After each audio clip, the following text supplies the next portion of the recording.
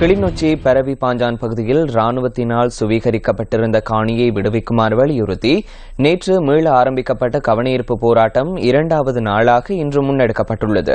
பரவி பாஞ்சான் பகுதியில் சுமார் 3.5 ஏக்கர் காணி நேற்று விடுவிக்கப்பட்டமை குறிப்பிடத்தக்கது. எதிர்க்கட்சித் தலைவரின் வாக்குறுதிக்கு அமைய தமது காணி முழுமையாக விடுவிக்கப்படவில்லை என தெரிவித்து பரவி பாஞ்சான் மக்கள் நேற்று முதல் மீண்டும் கவனஈர்ப்பு போராட்டத்தை ஆரம்பித்துள்ளதாக எமது செய்தியாளர் குறிப்பிடுகின்றார்.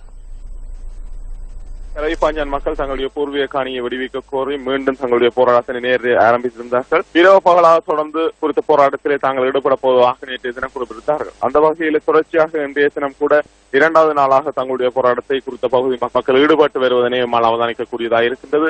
கடந்த 13ஆம் தேதி குறித்த போராட்டம் முதற்கட்டமாக ஆரம்பிக்கப்பட்டது.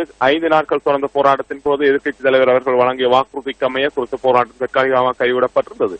இந்நிலையில் குறித்த பகுதியில் முழுமையாக காணி விடுவிக்கப்படுவதாக கூறிய பொழுதிலும் நேற்றைய தினம் 3 ஏக்கர் வரையான காணி மாத்திரமே விடுவிக்கப்பட்டிருந்தது. இந்நிலையில் தம்முடைய முழுமையான காணிகள் விடுவிக்கும் வரை தமது போராட்டத்தினை தொடர்ந்து முன்னெடுக்க உள்ளதாக தெரிவித்து மக்கள் தொடர்ச்சியான போராட்டத்தை முன்னெடுத்து வருகின்றார்கள். இது தொடர்பான தகவல்களை தொடரும் செய்திகளில் நாம் தருவதற்கு நாம் தயாராக இருக்கிறோம். நியூஸ் செய்திகளுக்காக கிளிநொச்சியிலிருந்து சப்த சங்கரி.